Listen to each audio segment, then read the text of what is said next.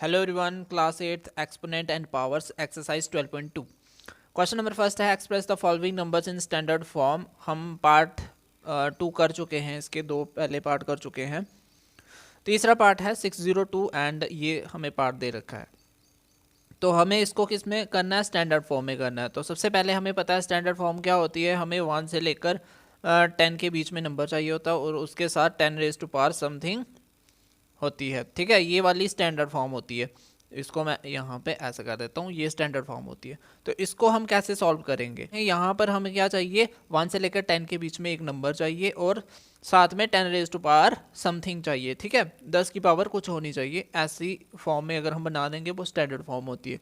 तो इसको कैसे चेंज करेंगे? ऐसा जब भी क्वेश्चन होगा 602 हम ऐसे ही लिखेंगे और यहाँ पे काउंट करेंगे कितनी जीरो है। 1 2 3 4 5 6 7 8 9 10 11 12 एंड 13। कितनी जीरो है? 13 जीरो है। तो मीन कि यहाँ पे हम मल्टीप्लाई करके जितनी जीरो होंगी उतनी ही 10 की पावर कर देंगे। यहाँ पे 10 की पावर 13 लिख दिया हमने। जितनी नंबर ऑफ जीरो से होंगी उतनी ही 10 की पावर 13 लिख दिया हमने।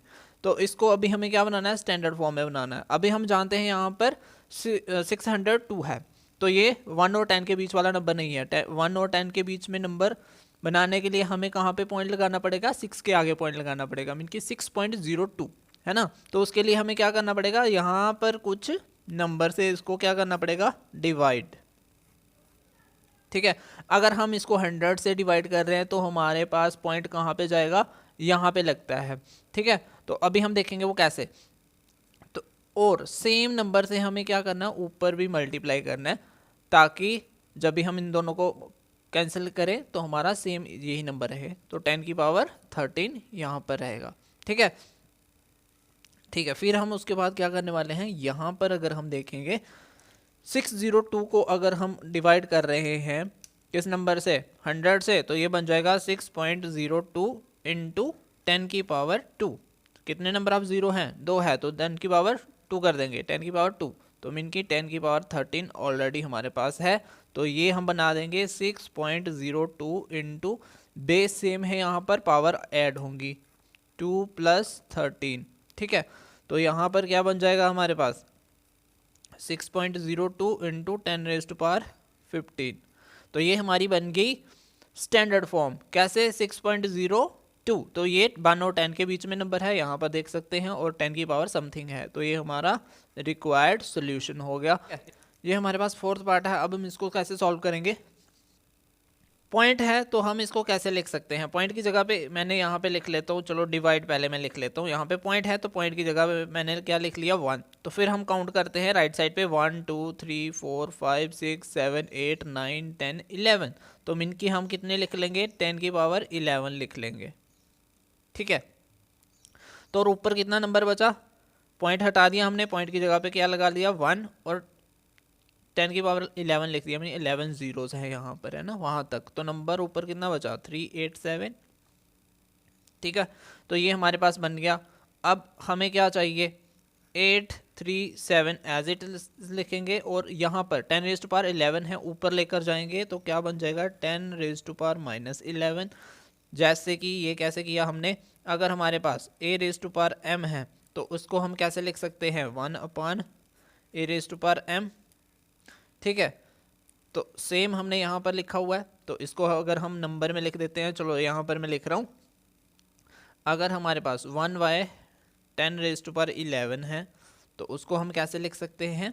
उसको हम 10 रेज़ टू पावर -11। तो ये बिल्कुल सेम यही हमने यहाँ पर फॉलो करा है। ठीक है, तो यहाँ पर आगे हम क्या लिख लेंगे? 837 इंटू 10 रेज़ टू पावर -11। ठीक है, स्टैंडर्ड फॉर्म में बनाना है तो यहाँ पर हमें चाहिए 1 और 10 के बीच में नंबर। तो यहाँ पर 8 के आगे हम पॉइंट लगा दें तो ये 1 और 10 के बीच में नंबर हो जाएगा 8.37, है ना।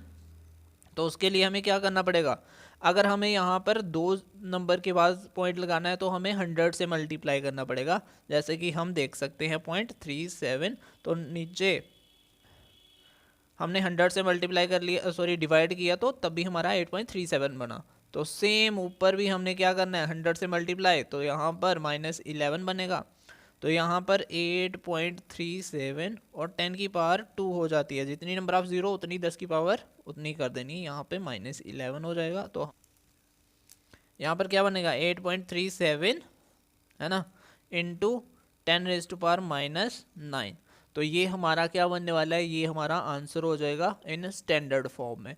तो अब तो यहाँ पर हमें क्या दे रखा है, तो यहाँ पर हम एज इट इज़ लिख देंगे, यहाँ पर कोई भी डेसिमल हमें नहीं दे रखा। तो उस केस में हम क्या करेंगे, नंबर जो हैं वो इसी तरह से लिख देंगे और फिर ज़ीरो काउंट करेंगे, कितनी है 1 2 3 4 5 6 7 7 है, तो इनकी हम मल्टीप्लाई करके 10 की पावर 7 लिख देंगे, जितनी नंबर ऑफ ज़ीरो होंगी उतनी ही 10 की पावर बना देंगे। हम 10⁻7 बना दिया।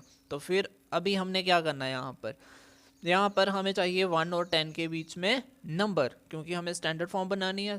यहाँ पर ये बनाने के लिए मैं ऐसा अगर लिखूँ 186 है ना, तो इसको अगर मैं हटाऊँ डेसिमल को 3186, पॉइंट की जगह पे मैंने 1 लिख दिया और यहाँ पे 1 की जगह पे 0, 8 की जगह पे 0, 6 की जगह पे 0। तो ये किससे मल्टीप्लाई हो रहा है, 1000 से। ठीक है, तो यहाँ पर भी हमने किससे मल्टीप्लाई डिवाइड करना है इसको 1000 से, और मल्टीप्लाई भी किससे करेंगे 1000 से। तो चलो हम देखते हैं यहाँ पर 186 मैंने यहाँ पे डिवाइड किससे करना है, पॉइंट यहाँ पे चाहिए तो 1000 से, और सेम नंबर से मल्टीप्लाई भी करना पड़ेगा 1000 से, और 10⁻7 ऑलरेडी रहेगा यहाँ पर। देखो जब भी हमने इसको डिवाइड किया तो ये वाला बनेगा 3186 आ गया, 1 और 10 के बीच में नंबर लाई कर रहा है 3 पॉइंट समथिंग है ना। तो यहाँ पर कितनी ज़ीरो है 1 2 3, तो 10 की पावर उतनी बना देंगे 3, और यहाँ पे 10⁻7 ऑलरेडी है। ठीक है, इसको कैसे सॉल्व करेंगे, 3.186 बेस सेम है तो पावर ऊपर वाली ऐड होती है। यहाँ पे मैंने 10 लिखा और 3 + 7 लिखा, तो यहाँ पे कितना आ गया 3.186 इंटू 10⁻10। तो ये हमारा आंसर हो जाएगा, ये बन गई हमारी रिक्वायर्ड स्टैंडर्ड फॉर्म। ठीक है, तो ये था पार्ट नंबर 5। आप question number 1 exercise 12.2 I hope आपको समझ आया होगा। मिलते हैं हम नेक्स्ट वीडियो में क्वेश्चन नंबर 2 में। बाय।